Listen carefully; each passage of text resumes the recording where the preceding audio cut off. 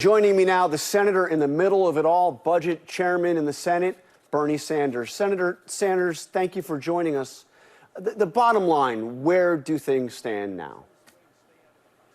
Well, I think we're going to make real progress, and I think, Jonathan, we're going to do what the American people want us to do. And the American people are very clear. They want to substantially lower the cost of prescription drugs. They want to expand home health care so that people are not forced out of their homes into nursing homes.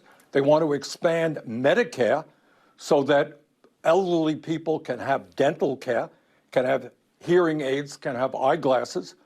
They want us to address the existential threat of climate change. And I'll tell you what else they want.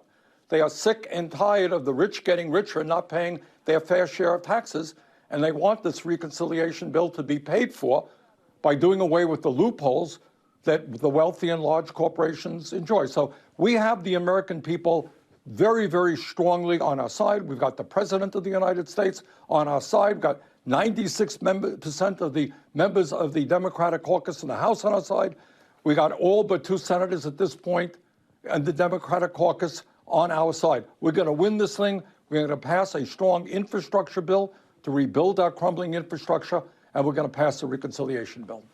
All right, I want to get to one of those 2 senators that is not with you right now. Senator Sinema, as we heard Rachel Scott refer to, put out a lengthy statement overnight about the failure of the House to vote on that infrastructure bill. She said, in part, the failure of the U.S. House to hold a vote on Infrastructure Investment and Jobs Act is inexcusable and deeply disappointing for communities across our country, denying Americans millions of good-paying jobs, safer roads, cleaner water, more reliable electricity, and better broadband only hurts everyday families. She accuses you, Senator, and other progressives of pulling off what she calls an ineffective stunt and holding that infrastructure bill hostage to the larger social infrastructure bill. Your response?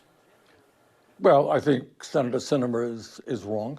I think from day one, Jonathan, it has been clear. President of the United States has said it. Speaker of the House Pelosi has made it clear. Our Majority Leader in the Senate, Schumer, has made it clear. Both of these bills are going forward in tandem. Going forward in tandem. We've got to pass them both. I voted for the infrastructure bill. It is an important bill. I'm a former mayor.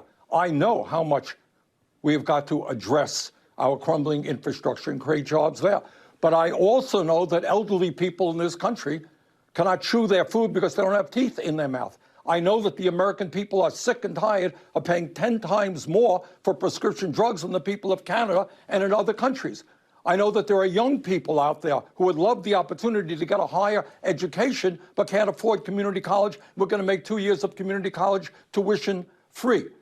And I also know that the scientists are telling us that if we do not act boldly in terms of cutting carbon emissions, that the planet we're leaving our kids and grandchildren will be increasingly uninhabitable. And let me also say this, Jonathan. We're not just taking on or dealing with Senators Manchin or Senator Sinema. We're taking on the entire ruling class of this country.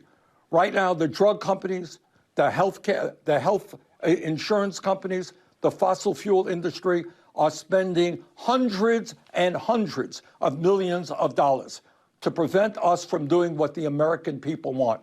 And this really is a test of whether or not American democracy can work. The Republican Party is bought and paid for by the pharmaceutical industry. They're not going to do anything.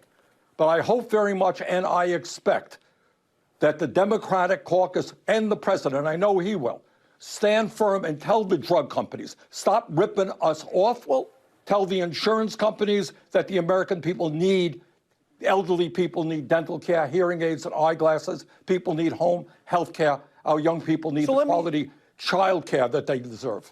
So let me ask you about where the president is on this. As I understand it, he has now floated a $2 trillion top-line number on this broader bill. You are at 3.5. I remember you initially wanted closer to $6 trillion. Are you comfortable with the idea of cutting this down to about $2 trillion? No, well, first of all, I'm not sure that that's accurate. As you know, there's a lot of gossip that goes on.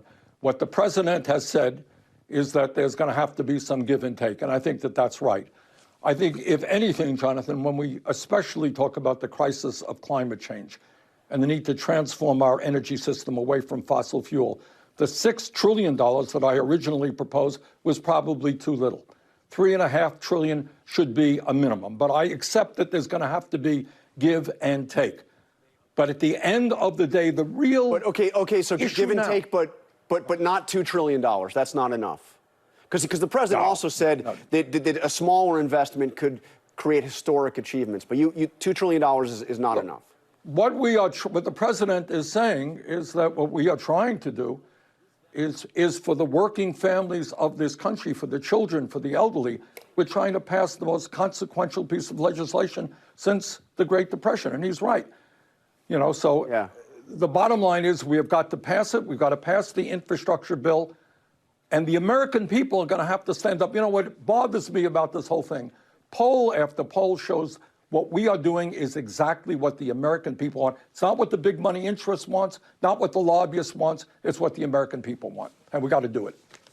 Now, Senator Manchin's the other senator in the middle of this.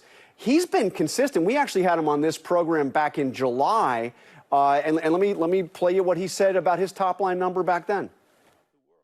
But what's your bottom line? The question is, this is over $1 trillion. The bottom line. Bernie Sanders wants $6 more trillion. Here's what are you? How far are you willing to go? I want to make sure we pay for it. I do not want to add more debt on. So if that's $1 trillion or 1.5 or 2 trillion, whatever that comes out to be over a 10-year period, that's what I would be voting for. So, I mean, basic math tells me if you have Sinema and you have Manchin, both unwilling to go above that. If you just listen, Jonathan, if you just listen to what Manchin said, he said he wants it to be paid for. He's right. I want it to be paid for. And in fact, that is exactly what we are going to do.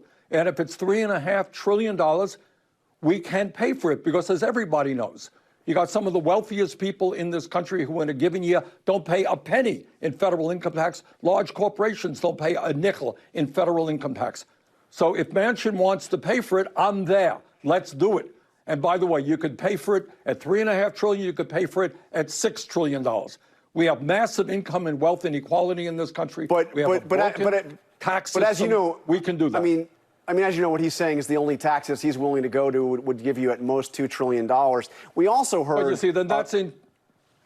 I mean, that's where he is. And Terry McAuliffe, who, of course, is on the ballot running in Virginia, is saying that $3.5 trillion is simply too big. It's going to hurt Democrats. And he thinks it might even hurt him in his own race in Virginia.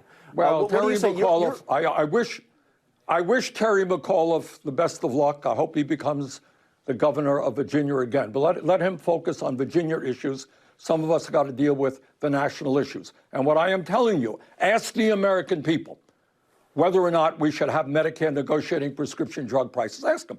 Ask whether or not we should expand home health care, whether we should make community colleges tuition-free, whether or not we should deal with climate. And when we do all of those things, by the way, we create millions of good paying jobs. What we are fighting for is precisely what the American people want, and that's what we've got to do. Okay, we're just about out of time. Bottom line, if Manchin and Sinema don't come up, don't do what you are suggesting, what most of the Democrats or almost all of the other Democrats want, does that mean we get nothing? No infrastructure bill? No, nothing? No, at the end of the day, I am absolutely convinced we're going to have a strong infrastructure bill, and we're going to have a great consequential reconciliation bill which addresses the needs of the American people. All right, Senator Sanders, thank you for joining us. Thank you.